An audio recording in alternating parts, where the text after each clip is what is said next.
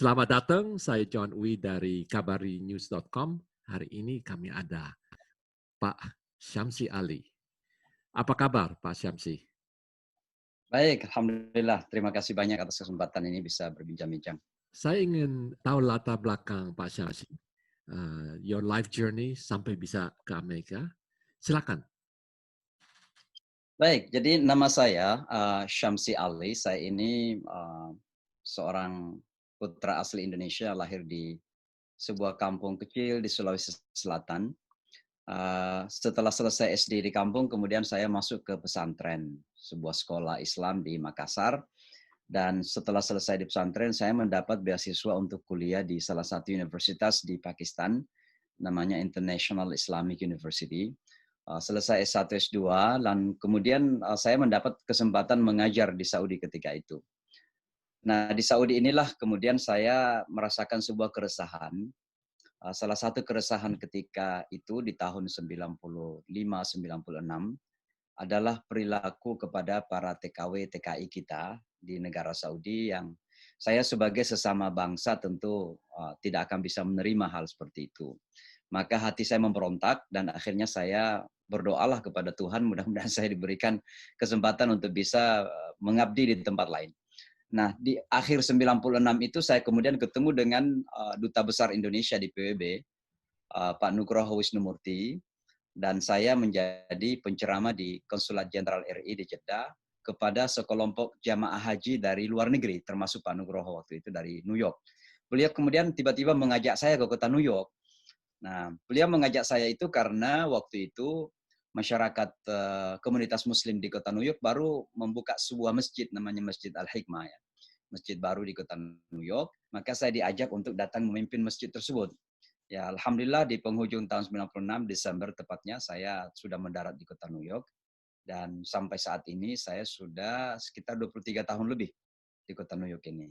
Ya, dan sejak itu saya melakukan banyak kegiatan-kegiatan khususnya setelah terjadi serangan teroris tahun 2001, 9/11 di kota New York, saya memang diminta oleh pemerintah kota New York untuk mewakili komunitas Muslim dalam banyak sekali acara-acara besar ya di Amerika.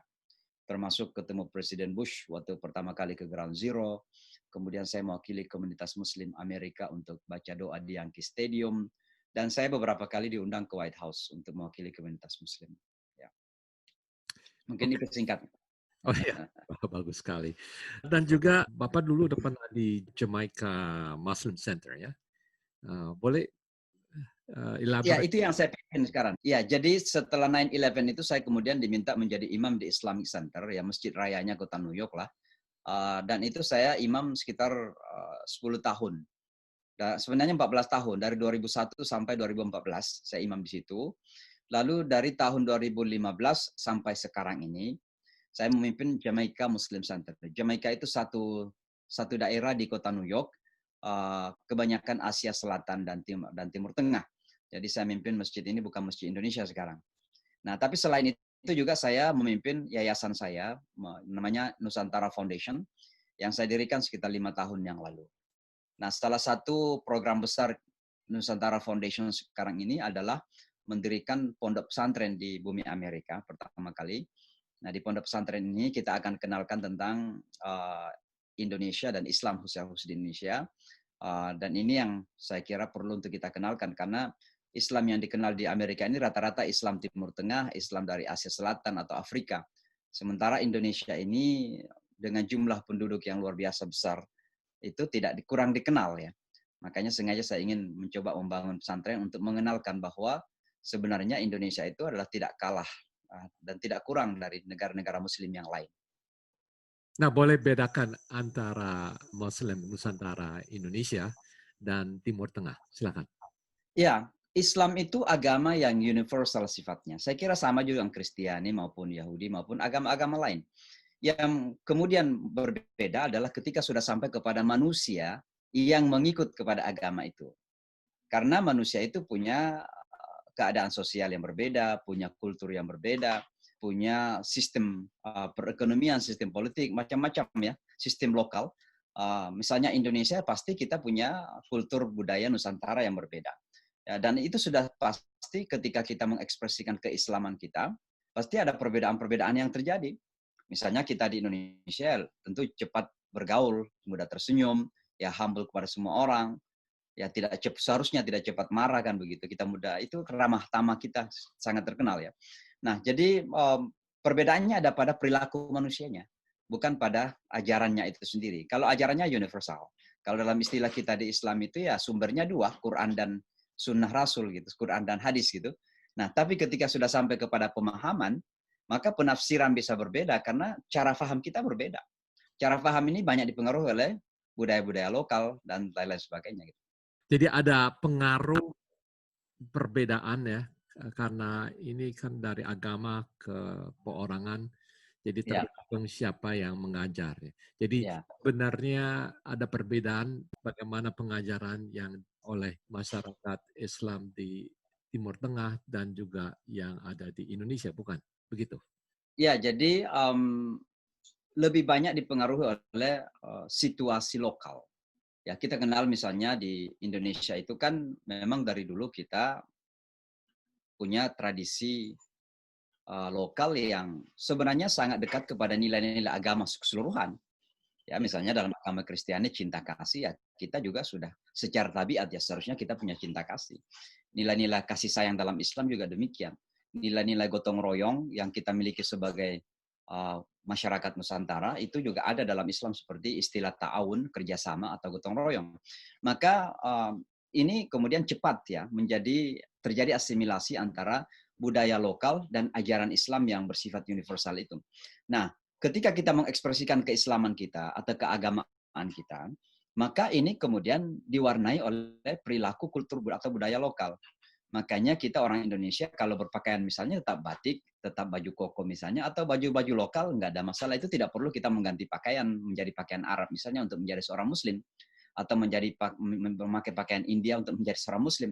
Karena kita punya budaya sendiri.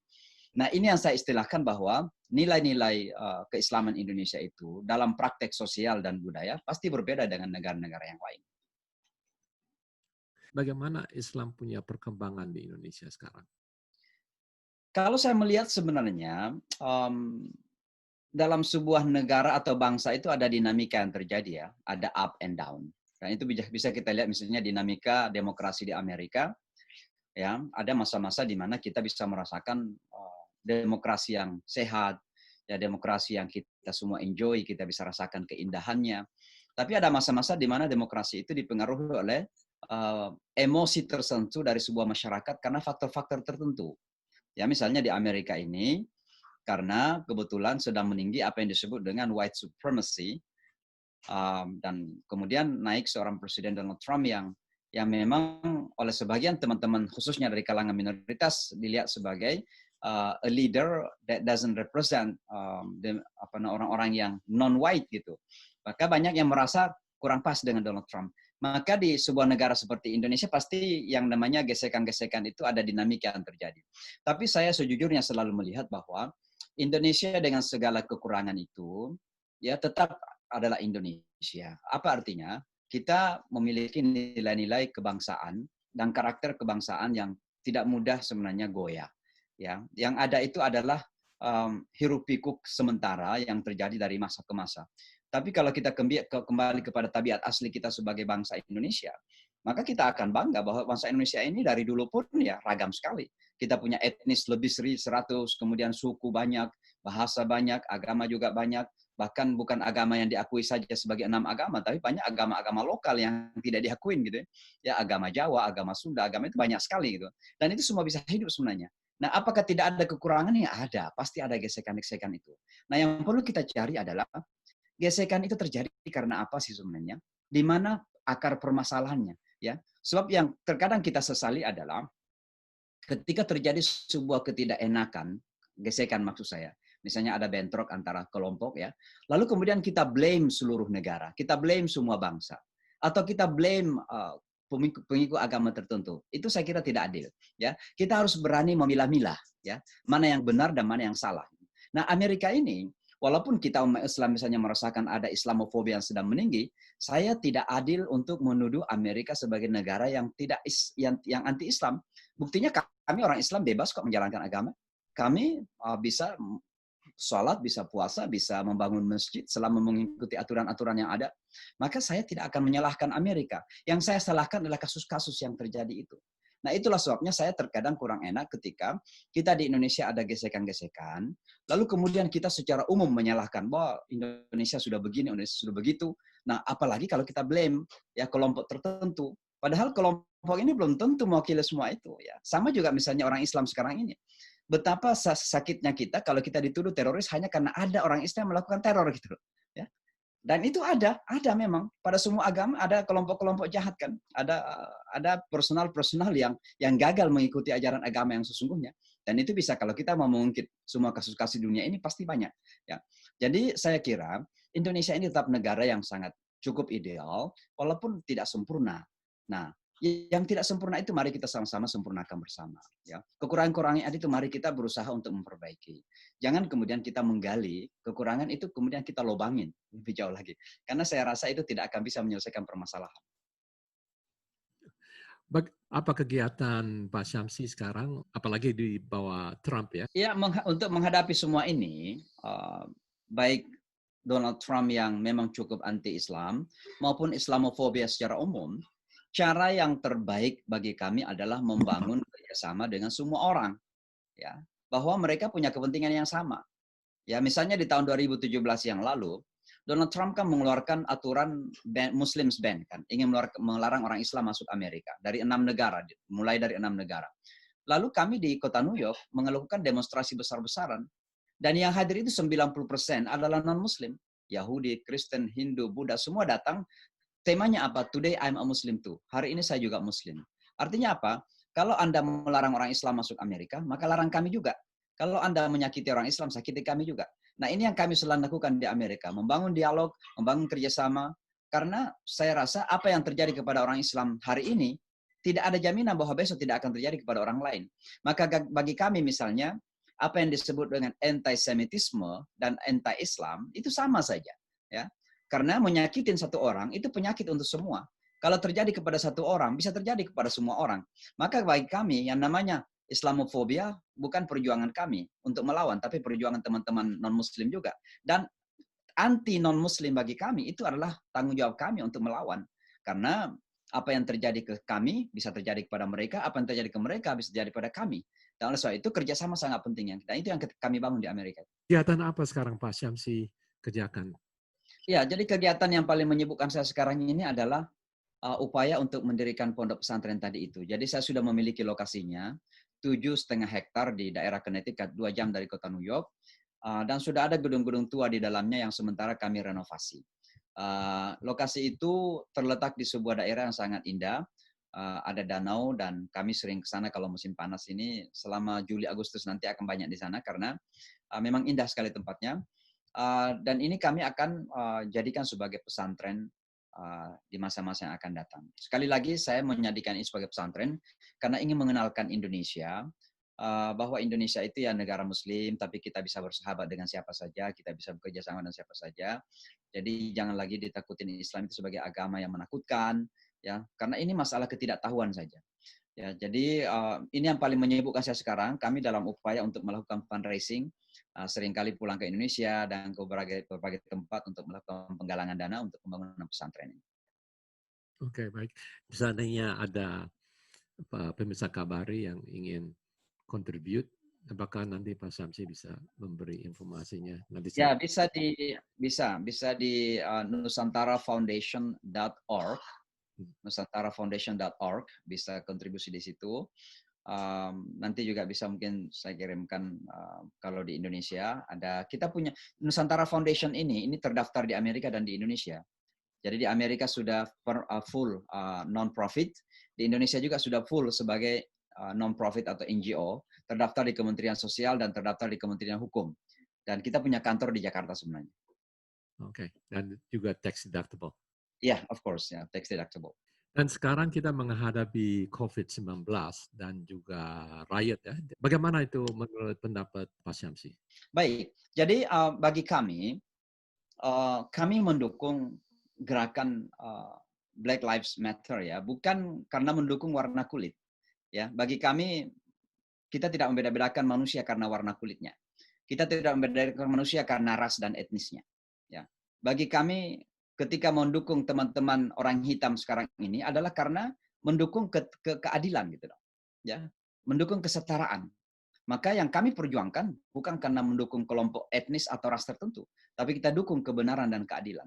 Itulah sebabnya orang Islam sekarang ini ikut terlibat di dalam movement Black Lives Matter agar orang sadar bahwa ini adalah kepentingan kita semua. Sebab kalau ada diskriminasi, ada kekerasan kepada orang-orang hitam, tidak ada jaminan bahwa besok tidak akan terjadi kepada kelompok yang lain. Dan oleh sebab itu sekali lagi, saya kira sebagai sesama manusia kita harus punya rasa solidaritas itu. Ya, bagaimana kita selalu memperkuat mereka yang termarginalkan. Dan saya kira itu komitmen yang harus kita tegakkan di mana-mana. Dan itu yang kami lakukan sekarang ini. Di masa-masa pandemik 19 misalnya kemarin juga, kami di kota New York mengumpulkan dana sedikit, dibelikan bahan makanan, kita antarkan kepada tetangga-tetangga yang membutuhkan. Karena kita sadar bahwa banyak di antara tetangga-tetangga kita yang perlu. Ya, walaupun di Amerika ini tidak ada alasan untuk lapar, alhamdulillah, karena pemerintah punya perhatian ya. Ya, federal ada bantuan, ya, ada apa namanya bailout ya untuk masyarakat juga, masing-masing dapat 2.400 untuk per rumah tangga, anak-anak dapat 500, dan setiap kota juga ada tanggung jawab masing-masing. Tapi kita juga tetap sebagai bagian dari tanggung jawab solidaritas kemanusiaan kita membantu mereka-mereka yang memerlukan selama COVID-19. Ya. Ini sebentar lagi jam 1, mohon maaf, saya ada meeting dengan kepolisian untuk membicarakan kembali bagaimana kita tetap membangun relasi yang harmoni antara masyarakat dan kepolisian. Karena ada kecenderungan seolah-olah masyarakat pergerakan atau demo sekarang ini melawan polisi, padahal bukan melawan polisi. Polisi itu hadir untuk memberikan keselamatan dan keamanan kepada kita. Yang kita lakukan adalah menuntut agar perilaku yang tidak baik ya dari kalangan polisi itu dihentikan, itu saja. Tapi jangan kemudian dianggap bahwa ini perlawanan kepada polisi. Polisi adalah institusi negara yang harus kita hormatin. Nah, ini yang selalu kita rapatkan dan sebentar lagi jam 1 ada rapat. Oke, tantangan besar sekarang apa, Pak Syamsi? Ya, saya kira tantangan yang terbesar sekarang ini adalah bagaimana melakukan perubahan secara mendasar ya. Jadi bukan sekedar demonya, demo penting. Tapi jangan setelah berdemo kemudian merasa selesai. Bagaimana kita melihat ada perubahan fundamental yang terjadi dalam masyarakat itu. Karena mohon maaf, rasisme di Amerika ini itu historis sifatnya, bersejarah dari awal. Ya. Dari awal sejak kedatangan orang Eropa di Amerika ini, perlakuan kepada non-white itu sudah diskriminatif. Kepada Indian American, kepada Black American, kepada Hispanic American, kepada Japanese American setelah World War II, ya, sampai kepada orang-orang Timur Tengah, Asia Selatan yang datang sebagai imigran ke sini, diperlakukan secara tidak baik. Maka yang namanya rasisme itu sudah merupakan perilaku sejarah di Amerika. Ini sudah menjadi stempel ya Amerika yang saya kira perlu kita rubah. Ya, sebab sangat disayangkan kalau Amerika keliling dunia mempromosikan kesetaraan, mempromosikan kebebasan, mempromosikan yang namanya human rights, tapi kemudian ternyata juga menghadapi masalah secara domestik. Maka yang kita harapkan dari pergerakan-pergerakan ini ada perubahan sistem yang sistemik sifatnya dari pemerintah Amerika dan mentalitas yang terpenting. Ya, sebab kalau misalnya hukum pun dilakukan perubahan, tapi mental tidak berubah, agak susah. Oleh sebab itu saya kira perubahan mentalitas penting di kalangan orang Amerika ini, bahwa jangan ada merasa superior hanya karena etnis atau ras atau karena warna kulit. Superiority cuma satu saja, human superiority. Jadi apakah dia black atau white atau brown, yang namanya manusia itu memiliki superioritas yang sama, ya, memiliki kemuliaan yang sama. Dan kalau dalam istilah teman-teman Yahudi atau Kristen yang everybody is created on the image of God, kan begitu. Nah, dalam bahasa Islam itu kita diciptakan di atas kesucian Tuhan gitu ya, purity of God ya. Nah, itu sama saja. Jadi ketika kita melihat orang itu dengan warna kulit yang berbeda, harus kita melihat kebesaran Tuhan di situ. Dan itu harus kita hormatin mereka semua. Kita harus guide, hormati semua. Dan ini yang perlu kita tanamkan kepada masyarakat Amerika. Sebab ini sudah menjadi, saya kira ada sebagian yang memiliki penyakit mental. Rasisme itu penyakit mental bagi saya. Karena rasisme itu tidak dibawa lahir. Ya, terjadi setelah masyarakat terjadi dan kemudian terjadi penyakit. Maka orang rasis itu mental sick sebenarnya. Ya, dan mereka perlu melakukan perubahan atau pengobatan. Saya kira yang menjadi penyakit manusia, termasuk dalam beragama, itu adalah egoisme. Ya. Jadi seringkali kita beragama itu dengan memakai ego. Ya, padahal sebaliknya agama itu datang untuk menjinakkan ego kita. Seharusnya semakin kita beragama itu, semakin kita merasa rendah hati, ya, apa namanya, humble, ya, sehingga kita bisa melihat orang lain di sekitar kita sebagai orang yang memiliki seperti kita. Maka oleh sebab itu bagi kami, ini orang Islam ini, melihat orang-orang Kristiani, orang-orang Yahudi itu adalah saudara-saudara kita. Yang pertama ya satu bapak dari Ibrahim, dan yang lebih jauh lagi ya memang kita sama manusia. Dan semua manusia itu tanpa kecuali memiliki keinginan yang sama dalam hidupnya. Saya mau bahagia, teman-teman Kristiani mau bahagia, teman Yahudi mau bahagia juga. Saya mau damai, Kristiani mau damai, Yahudi mau damai juga. Saya mau sejahtera, Kristiani sejahtera, Yahudi sejahtera. Saya mau aman, aman, semua mau aman. Jadi kita punya rasa yang sama, kita punya keinginan yang sama. Tapi kenapa kita harus benturkan itu? Ya. Atau Jadi kalau kita memaafkan juga sama, memaafkan. Ya. ya, jadi kalau memang kita memiliki keinginan yang sama, kenapa kita nggak perjuangkan sama-sama gitu? Ya, mungkin keyakinan secara pribadi ya berbeda saja karena itu definisi kan, ya. Ya definisi saja yang berbeda, tapi kan substansinya satu. Kenapa kita nggak berjalan bersama-sama menuju untuk mewujudkan keinginan kita bersama itu? Itulah yang memotivasi kami dalam membangun dialog antar agama itu. Karena kami merasa bahwa kita ini punya kepentingan yang sama, tidak ada bedanya. Apalagi kalau kita melihat dunia kita ini kan semakin kecil ya. Dalam dunia global ini, itu semua batas-batas itu sudah rubuh. Hampir tidak ada lagi batas itu. Karena dengan keterbukaan media, hampir tidak ada lagi rahasia di antara kita. Itu bahasa Indonesia. Tidak ada rahasia di antara kita. Nah, jadi batas-batas itu semakin minim. Maka kita ini hidup dalam rumah yang kecil. Nah, sekarang pilihan kita mana? Saling berperang dalam rumah itu, atau saling kerjasama untuk menjaga rumah kita bersama. Dunia kita ini rumah bersama kita. Maka saya kira tidak ada pilihan kita untuk hidup yang baik, untuk nyaman, untuk bahagia, selain kerjasama. Ya. Nah ini sangat penting sekali untuk kita ambil secara serius. Kerjasama ini, partnership, cooperation, ini sangat-sangat penting. Ya.